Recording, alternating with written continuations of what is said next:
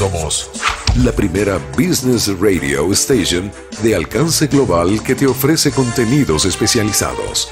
To listen to this radio show in English, contact us at info.radiowtcv.net. Transmitiendo desde World Trade Center, Valencia, Venezuela. A continuación, Música y Noticias con Patricia Montero.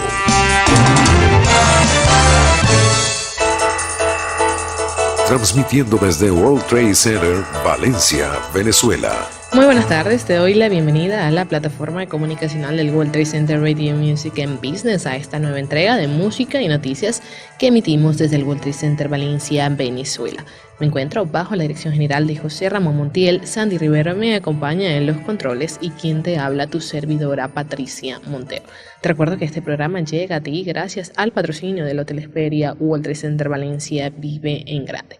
Iniciamos revisando los titulares de las informaciones destacadas para este martes 9 de abril de 2019 que vamos a estar ampliando en esta entrega de música y noticias. En economía, Venezuela saca otras 8 toneladas de oro del Banco Central. Fondo Monetario Internacional proyecta desplome del 25% de la economía venezolana en 2019. Fondo Monetario Internacional pronostica desaceleración del 70% de la economía mundial. Torino Economics dice que la economía venezolana se contraerá un 37% en 2019.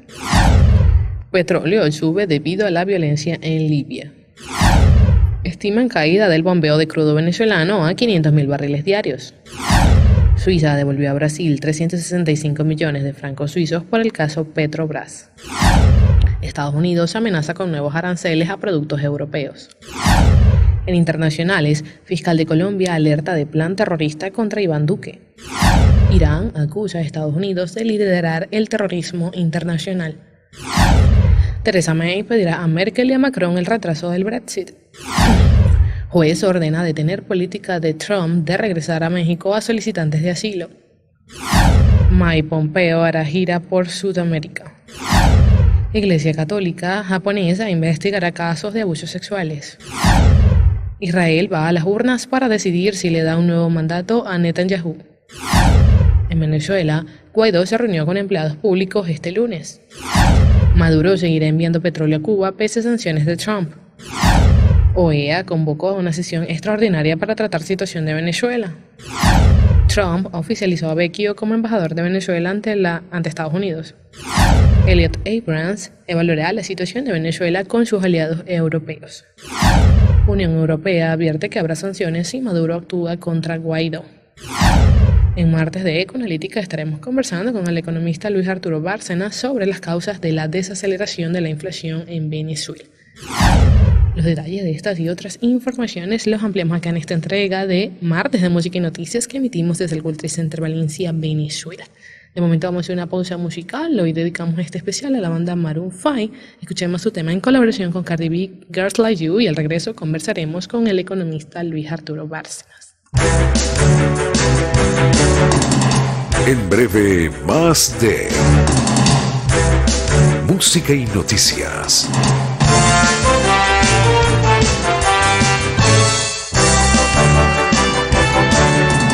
Seguimos con música y noticias.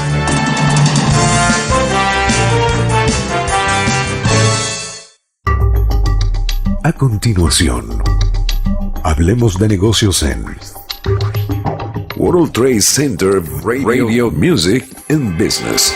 Una producción de Ecoanalítica. Volvemos aquí a música y noticias. Hoy es martes de Ecoanalítica, por eso recibimos al economista Luis Arturo Bárcenas, con quien estaremos conversando sobre la desaceleración de la inflación en las últimas semanas en Venezuela. ¿Cómo estás, Luis? Hola, un placer estar acá. Bueno, quería saber primero, en una desaceleración, para los que no sabemos, ¿los precios bajan o se mantienen? Mira, los precios en una desaceleración no bajan. Eso es lo fundamental de entender. O sea, no estamos hablando que los precios son menores a ayer, por ejemplo, o hace una semana, sino que el ritmo en el que crecen es, por decirlo así, menos agresivo que una semana. Es decir, si hace 2 semanas un bien costaba $1 y ahora cuesta 2, y hoy cuesta 2 y pasa a costar nuevamente 2.5, estamos hablando que el bien ahora sigue siendo más caro, pero creció a una tasa menor a lo que creció cuando pasó de 1 a 2, ¿ok? Entonces, lo que vemos es que al final los precios siguen creciendo, pero a un ritmo inferior, ¿ok? Y eso es básicamente lo que ha venido ocurriendo en las últimas semanas con la inflación local. Muchos han confundido esto, y de hecho hemos recibido llamadas de diversos clientes diciendo que, bueno, es el fin de la hiperinflación, los precios están cayendo. No, simplemente es que, de alguna forma, por unas razones que voy a pasar a detallar un poco, los precios se han ido ajustando al alza, pero menos agresivamente que antes. ¿Por qué? Básicamente, aquí influyó varias cosas, pero yo creo que hay dos factores fundamentales. El primer factor tiene que ver con estas restricciones que ha impuesto la gestión del presidente Maduro sobre el crédito, ¿ok? Estamos hablando que nosotros como venezolanos, como siempre hemos enfrentado relativas tasas de inflación relativamente elevadas, pero estables, siempre hemos dependido del crédito para consumir. Y en la medida que tú endureces esta política de encaje y que esto al final va a llevar a que los bancos presten menos, tú vas a disponer de menos dinero para gastar. Y por ende, vas a demandar menos y eso hace que los comerciantes se vean en la necesidad de ofrecer un precio más alto, pero creciendo a un ritmo menor, ¿ok? Eso es por un lado. Y por el otro lado, estamos hablando de que hay una estabilidad cambiaria que está ocurriendo ahorita en Venezuela y tiene que ver por el hecho de, precisamente, como tienes menos créditos, demandas menos divisas, porque tú utilizabas parte de ese crédito para voltearte y comprar más divisas o para comprar bienes y el excedente que te queda de tu ingreso lo destinabas a comprar divisas. Eso no está ocurriendo precisamente en la medida que los bancos solamente están prestando menos del 10% de su depósito, ¿ok? Y por otro lado, la gente ante la hiperinflación se ve forzada a vender más agresivamente sus dólares. ¿Por qué? Porque necesitan más bolívares para comprar y esa oferta de divisa hace que tú te veas en la obligación de venderlos a un precio cada vez más barato. Y eso hace que el tipo de cambio caiga y al haber menos presiones cambiarias, aquel importador, por ejemplo, que usa el tipo de cambio para fijar sus precios, tiene que fijar un precio más alto, pero menos alto que en otro escenario donde el tipo de cambio creciera más. Perfecto. Quisiera saber cómo impacta este fenómeno a los ciudadanos, porque creo que genera cierto impacto, más que todo en los comerciantes, porque ya como tú comentas, no pueden subir los precios tanto como antes. Claro. Bueno, obviamente, tú de alguna forma, tú como comerciante, nosotros siempre hemos dicho que una estrategia para combatir la hiperinflación es tratar de subir los precios en la medida que se pueda, porque siempre tu competencia lo va a hacer. Exacto. Y no tener el temor de perder lo que llamamos cuota de mercado. Es decir, no tener el temor de perder demanda producto de ese precio.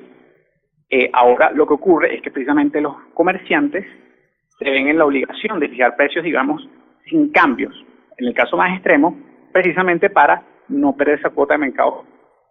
¿Ok? De hecho, hemos recibido inclusive información entre enero y febrero, veíamos comerciantes, inclusive de comercios de alto consumo, de consumo masivo, que tenían que dejar los precios relativamente iguales en la medida que eso les ayudaba a acelerar su inventario, la salida de su inventario. ¿Ok? Eso obviamente va a terminar impactando sobre la rentabilidad de estas empresas en la medida que esos precios no crezcan al ritmo al que crecen los costos, porque de nuevo tú tienes que pagar sueldos y salarios a un ritmo de hiperinflación, pero tus ingresos están creciendo de una forma menor en la medida que no puedas ajustarlos más agresivamente, ¿no? Entonces, creo que de todas, el comerciante se va a ver afectado negativamente producto de esta restricción en el crecimiento de los precios, en la medida que el ciudadano necesita comer y el empleado necesita comer y por ende necesita un salario acorde a esa mayor inflación. Claro. ¿Por qué ustedes creen que se está dando esta desaceleración? Bueno, básicamente creo que te lo comenté un poquito al principio, sin embargo creo que lo que pesa más de todas es una fuerte contracción de la demanda, producto de nuevo, el crédito es un principal motor para que la gente demande bienes y servicios, eso no está ocurriendo. No tenemos la disponibilidad, por ejemplo, la tarjeta de crédito que la teníamos antes, no vemos la misma cadencia en la renovación de tarjeta de crédito como lo veíamos antes y de alguna forma para una persona que gana un sueldo muy cercano al mínimo, no va a tener la capacidad de consumir como la tenía antes. ¿Ok? Eso por un lado. Y por otro lado, de alguna forma, la misma hiperinflación hace que tú te veas forzado a, digamos, ajustar tu patrón de consumo y hace que tú retengas mucha más de tu renta a bienes esenciales o inclusive los dejes de consumir. Y eso hace, de nuevo, que el comerciante que enfrenta esa menor demanda tenga que bajar esos precios o no bajar, de nuevo. Esto es una desaceleración. Los precios crecen menos agresivamente. ¿Ok? Entonces, en ese sentido, de alguna forma vemos esa confluencia de fuerzas que hace que al final los precios no crezcan en la misma forma que crecían hace 2 meses, por ejemplo. Ok, ¿podríamos decir que este fenómeno se va a mantener o podemos esperar que se revierta esta situación para los próximos días o incluso los próximos meses? Mira, ya de hecho estamos viendo en la semana que de alguna forma los precios se están volviendo a acelerar, no con la misma agresividad que se hicieron a principios del año pasado, por ejemplo, claro, pero de alguna forma la inflación está retomando su cauce, por decirlo de una forma. ¿Por qué? Porque al final la hiperinflación no es un tema de demanda únicamente, no es un tema que los agentes demandan mucho más porque quieren, sino que la gente gasta los bolívares que tiene porque desconfía del valor del bolívar, ¿ok? Y en la medida que gastan más, eso obliga al Banco Central o a los gobiernos, que a su vez autorizan al Banco Central a emitir más dinero, ¿ok? Sí. Si bien hemos visto una contracción del crédito, que es un factor fundamental para crear dinero, el Banco Central per se sigue creando dinero y a tasas relativamente altas, compatibles con un escenario de inflación como el que estamos viendo ahorita, ¿ok? Entonces, en ese sentido, si bien el crédito se va a mantener relativamente bajo o va a tender a caer en términos reales, mientras que el Banco Central...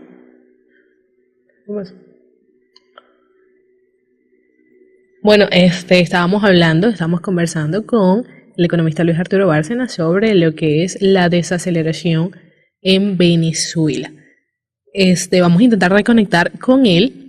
Mientras tanto, bueno, les voy a comentar una noticia que salió el día de hoy que dice que el Fondo Monetario Internacional pronostica una desaceleración del 70% de la economía mundial para este año en su informe de perspectivas de la economía global.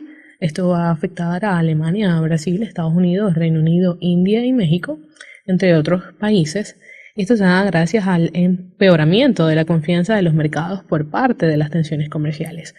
Entre las desaceleraciones dice que Estados Unidos va a crecer apenas un 2,3%, la zona euro un 1,3% y América Latina se espera que crezcan 1,4%. En Venezuela, el FMI agravó su pronóstico de octubre y espera una pérdida del 25% del Producto Interno Bruto este año y otra de 10% en 2020.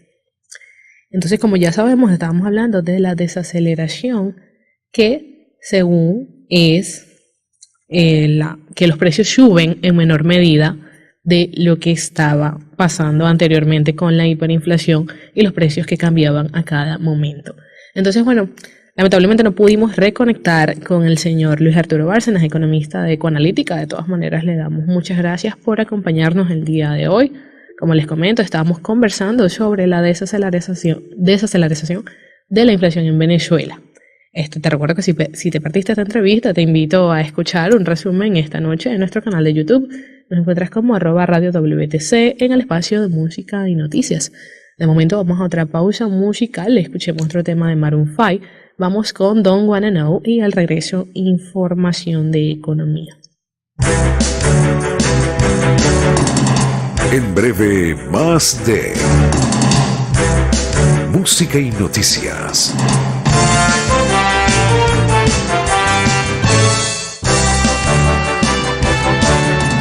Seguimos con música y noticias.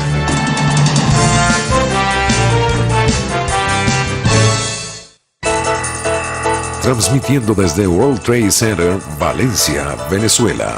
Continuamos con esta emisión de martes de música y noticias. Vamos con información en materia económica.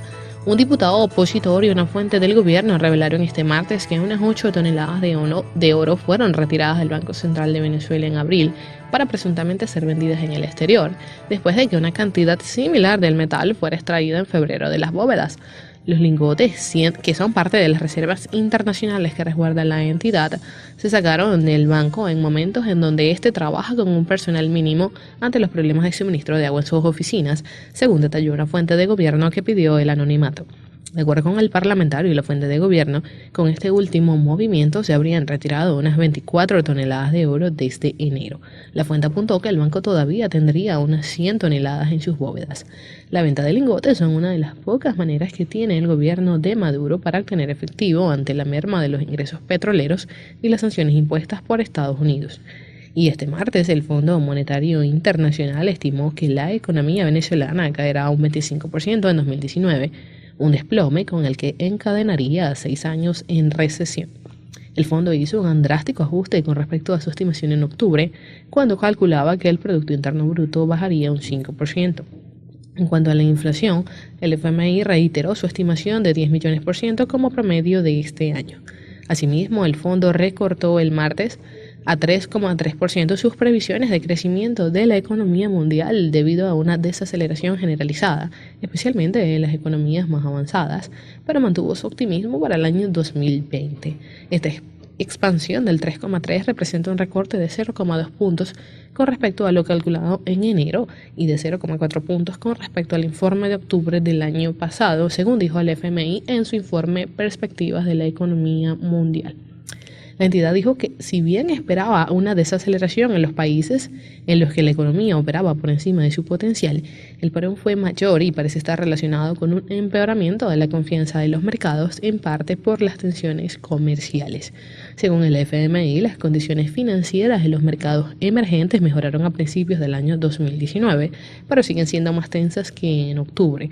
Pasamos ahora a hablar del economista jefe de Torino Economics, porque este dijo que la economía venezolana caerá un 37% durante 2019, quien advierte que esta contracción se suma al 45% de achicamiento que sufrió el Producto Interno Bruto entre 2013 y 2018. En una entrevista, Rodríguez sostuvo que la situación del país es muy complicada y que si no se resuelve la crisis política o se da un acuerdo entre los gobiernos de Maduro y Guaidó, lo que hoy es una crisis humanitaria puede pasar a ser una hambruna. También indicó que el gobierno de Maduro cuenta con una capacidad de maniobra muy limitada para resolver el problema de la escasez de alimentos y medicinas. Por lo tanto, Rodríguez insistió en la necesidad de considerar un programa de intercambio de petróleo por medicinas, insumos médicos y alimentos, como se hizo en Irak después de la Primera Guerra del Golfo Pérsico y que fue administrado por el sistema de Naciones Unidas. Por otra parte, el petróleo subió el lunes cuando los violentos enfrentamientos políticos en Libia hacen temer por el futuro de la oferta. El barril del Brent del Mar del Norte para entrega en junio cerró a $71,10 tras ganar 76 centavos. Por su parte, en Nueva York, el barril de Brent para mayo ganó $1,3 a 64,44, su valor más elevado desde finales de octubre. Violentos choques armados cerca de Trípoli han dejado decenas de muertos y prácticamente han paralizado a Libia, que es un país miembro de la OPEP.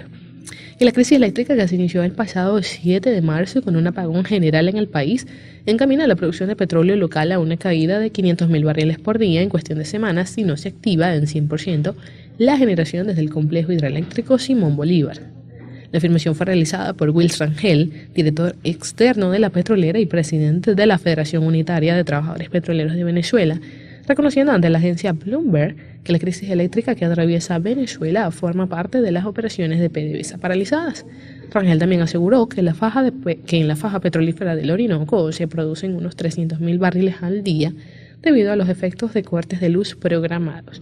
De acuerdo con el informe de la Organización de Países Exportadores de Petróleo de febrero de 2019, la producción de crudo cayó 142.000 barriles diarios en 2019 para colocarse en 1 millón de barriles.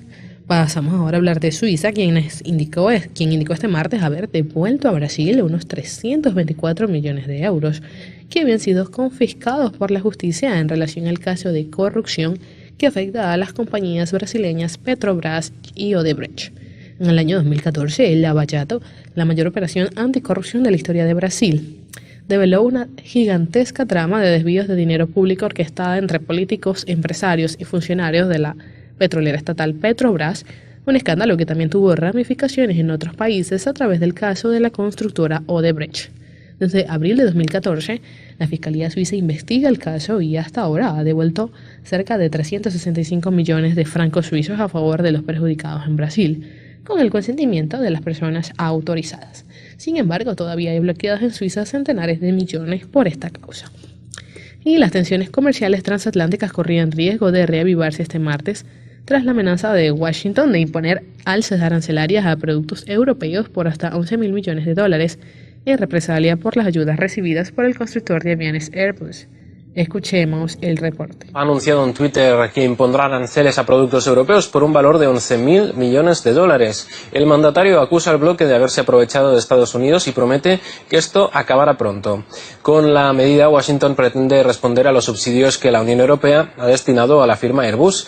La decisión estadounidense se fundamenta en un comunicado de la OMC que considera que estos pueden tener efectos adversos en la economía norteamericana. Las sanciones que anunció la Casa Blanca se aplicarán a un rango de productos, desde componentes aeronáuticos a bienes de consumo diario. Este episodio se suma a una larga lista de reclamaciones que tanto Europa como Estados Unidos han venido presentando a lo largo de la última década en materia de competencia de aviación civil. La compañía Airbus, beneficiaria de estos subsidios, ha dicho que la iniciativa norteamericana no tiene base legal. Bueno, y así finalizamos otra sección aquí en Música y Noticias que transmitimos desde el World Trade Center Valencia en Venezuela. Escuchemos otro tema de Maroon 5. Vamos con su colaboración junto a SSA, What Lovers Do y Alta Creación Información Internacional. En breve, más de Música y Noticias.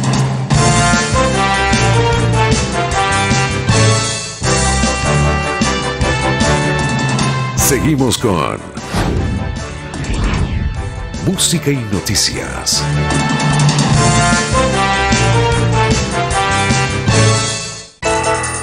Transmitiendo desde World Trade Center, Valencia, Venezuela. Volvemos aquí a WTC Radio Music and Business a esta nueva entrega de Música y Noticias correspondiente a este martes 9 de abril de 2019. Vamos con información internacional. El fiscal general de Colombia, Néstor Humberto Martínez, alertó este lunes de un presunto plan para atentar contra la seguridad del presidente Iván Duque. Escuchemos la información. Pues Juan, el fiscal Martínez señala a un grupo ilegal que, según dice, infiltró la protesta indígena. Aseguró que hay evidencias electrónicas y testimonios que hablan sobre la posible utilización de armamento de alta precisión. Que tenemos información confiable que diría que con ocasión de su reunión con los dirigentes de la Minga del Cauca, algunos grupos armados organizados que se han infiltrado en este movimiento social e indígena quisieran desarrollar un acto terrorista que podría afectar la seguridad del propio señor presidente de la República. Así, desde la Casa de Nariño, el fiscal general de la Nación hizo público el plan para atentar contra el presidente de la República. El fiscal reveló que ya se recogió el material probatorio. La Fiscalía tiene evidencias electrónicas e igualmente los testimonios de fuentes que son confiables para la Fiscalía. Estamos corroborando todas estas evidencias en el marco de una investigación penal. Reveló además la modalidad que sería usada en el atentado. Armamento de alta precisión para desarrollar un acto terrorista y estamos haciendo las comprobaciones correspondientes. A pesar de las acusaciones, el presidente Duque no pospuso su viaje a Cauca. Pasamos ahora a hablar del presidente iraní Hassan Rouhani, que acusó este martes a Estados Unidos de liderar el terrorismo internacional al día siguiente de que Washington incluyera a los Guardianes de la Revolución, la fuerza élite iraní, en la lista de organizaciones terroristas. Rouhani afirmó que los Guardianes de la Revolución están implicados en la lucha contra el terrorismo desde su creación. El presidente, destacando sus compromisos con las autoridades sirias y iraquíes en la lucha contra el grupo yihadista Estado Islámico, Rouhani insinuó que Estados Unidos habría más bien querido utilizar esta organización en contra de los estados de Oriente Medio. Rouhani también reprochó a los Estados Unidos la catástrofe del vuelo 655 de Iran Air, en la que murieron 290 personas en julio de 1998, cuando el aparato fue abatido en el Golfo por error, según Washington, por un misil disparado desde un buque de guerra estadounidense. Ahora hablemos de la primera ministra británica, Theresa May, quien se reunirá este martes con la canciller alemana Angela Merkel y el presidente francés Emmanuel Macron para abogar por un retraso en el Brexit, mientras sus ministros mantienen conversaciones de crisis con el Partido Laborista para intentar superar el estancamiento en Londres. La salida del Reino Unido de la Unión Europea ya se ha retrasado una vez, pero May quiere ahora más tiempo mientras intenta convencer al socialista Jeremy Corbyn, jefe del principal grupo de la oposición, que quiere mantener al Reino Unido atado más estrechamente al bloque después del Brexit. Los líderes de la Unión Europea, fatigados por la crisis del Brexit, deben decidir este miércoles si se le concede a May un nuevo retraso. Esta decisión puede ser vetada por cualquiera de los otros 27 Estados miembros. Y un juez de Estados Unidos dictó el lunes una orden que detiene la política de gobierno de Donald Trump de enviar a algunos solicitantes de asilo de regreso a la frontera sur para esperar en México a que se resuelvan sus casos. Escuchemos el reporte. Un magistrado federal ha emitido una orden que prohíbe devolver a los solicitantes de asilo a México para esperar la decisión sobre sus casos. La medida entrará en efecto el próximo viernes. Se produce un día después de la renuncia de la secretaria de Seguridad Nacional que buscaba expandir el programa. Esta polémica iniciativa de Donald Trump de esperar el trámite al sur de la frontera empezó a funcionar en enero. Desde entonces, cientos de migrantes fueron enviados a México. El mandatario en reiteradas ocasiones ha acusado al país vecino de no hacer nada para detener el flujo de los sin papeles. Esta decisión entraría en vigencia el viernes, según lo dispuesto por el juez federal de distrito Richard Seaborg en San Francisco. Seguimos en Estados Unidos porque el secretario de Estado Mike Pompeo realizará una gira de 4 días por América del Sur. De acuerdo con un comunicado difundido por el Departamento de Estado, Pompeo visitará Chile, Paraguay, Perú y Colombia entre el 11 y el 15 de abril. El texto precisa que la visita del exdirector de la CIA será motivo para celebrar y reforzar los compromisos compartidos por la democracia y los derechos humanos, pero también para congregar el apoyo para la democracia en Venezuela. En medio de su estancia en suelo colombiano, Pompeo hará una breve parada en Cúcuta, ciudad que limita con Venezuela, y allí visitará algunos de los refugios que asisten a migrantes venezolanos y evaluará la condición en la que se encuentran los pasos internacionales tras el cierre de la frontera por parte de Nicolás Maduro. Pasamos ahora a hablar de la Iglesia Católica porque Japón anunció que va a realizar una investigación interna sobre acusaciones de abuso sexual de menores por miembros del clero, luego de que el Comité Permanente de la Conferencia Episcopal decidió la semana pasada llevar a cabo una investigación en las 16 diócesis del archipiélago. En Japón, que recibirá la visita del Papa Francisco en noviembre de este año, la Iglesia Católica cuenta con unas 450.000 personas. Las investigaciones realizadas entre el año 2002 y 2012 revelaron al menos 5 casos de abusos sexuales y que querían determinar la forma en que los obispos trataron estos 5 casos en particular y qué sanciones se aplicaron a los implicados y la respuesta que se le dio a las víctimas. El domingo, varias personas afirman haber sufrido abusos sexuales por parte de los integrantes del clero. Se reunieron en Tokio y el arzobispo de Nagasaki, Joseph Takami, asistió a la reunión y pidió perdón por no haber logrado hacer más para revelar y resolver estos casos. Por último, los israelíes comenzaron a votar este martes en unos comicios que podrían otorgarle al conservador primer ministro Benjamin Netanyahu un 5º mandato o suponer su destronamiento a manos de un ex general que ha prometido un gobierno limpio y cohesión social. Vamos con la información. El primer ministro israelí Benjamin Netanyahu lucha para lograr su 5º mandato en las elecciones generales. El exmilitar Benny Gantz constituye el mayor desafío del premier que afronta acusaciones de corrupción. Las encuestas han mostrado que ambos candidatos lograrían alrededor de 30 escaños parlamentarios. Ningún partido ha ganado nunca una mayoría en la Knesset y el país siempre ha tenido gobiernos de coalición. Esto significa que llegará al poder quien logre el apoyo de al menos 61 diputados de los 120. El rival principal de Netanyahu promete una política más limpia y lo acusa de querer cambiar la legislación para protegerse del proceso en su contra por presunta corrupción. Antes de las elecciones, el premier apeló a los votantes de derecha. Lo hizo con mensajes duros sobre seguridad y sobre los planes de anexión de los asentamientos hebreos en Cisjordania, ocupada, ilegales según el derecho internacional. Escuchemos la opinión de los ciudadanos. La generación joven es mucho más violenta. Vivimos al extremo, todo es al extremo. Netanyahu crea mucha unidad a través del miedo. Se crea una sensación de solidaridad. No es nada sorprendente que entre los jóvenes hay más apoyo a Netanyahu. Creo que votaré a Benny Gantz. Netanyahu tiene demasiado control, demasiado poder. Muchos de nosotros no confiamos en él, no le creemos. En los últimos años hubo varias alegaciones contra Netanyahu. Hay una alta probabilidad de que acabará en prisión el próximo año o algo así. Durante su presidencia no logró nada significativo. Después de las elecciones, el presidente de Israel, Reuven Rivlin, consultará a los líderes de todos los partidos representados en el Knesset y seleccionará a la persona que, en su opinión, tenga más posibilidades de formar gobierno.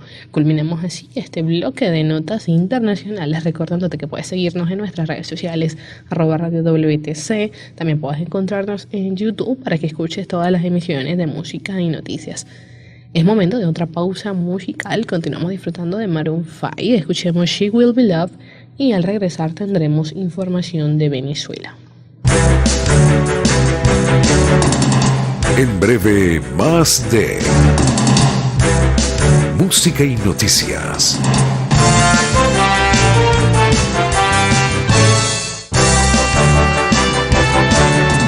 Seguimos con música y noticias.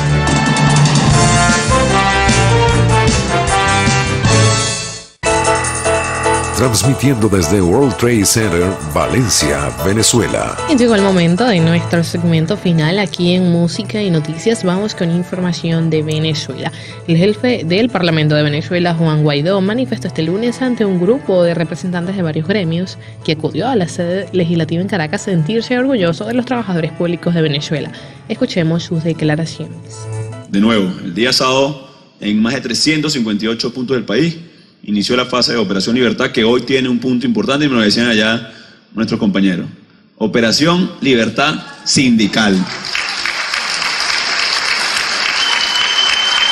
Venezuela confía en sus trabajadores. Venezuela confía en sus empleados, en sus servidores. Y el día 23 de enero todos juramentamos. Todos nos comprometimos. Hoy yo creo entonces, seguramente esta clase real, trabajadora, esta clase que de verdad ha echado el resto y ha puesto el pecho por este país. Guaidó también pidió a los funcionarios dar a conocer a sus compañeros una ley de garantías que cuenta con el aval de la Asamblea Nacional y contempla proteger a quienes desobedezcan órdenes en instituciones públicas que contradigan la Constitución y las leyes, con el fin de quitar el apoyo burocrático al chavismo gobernante.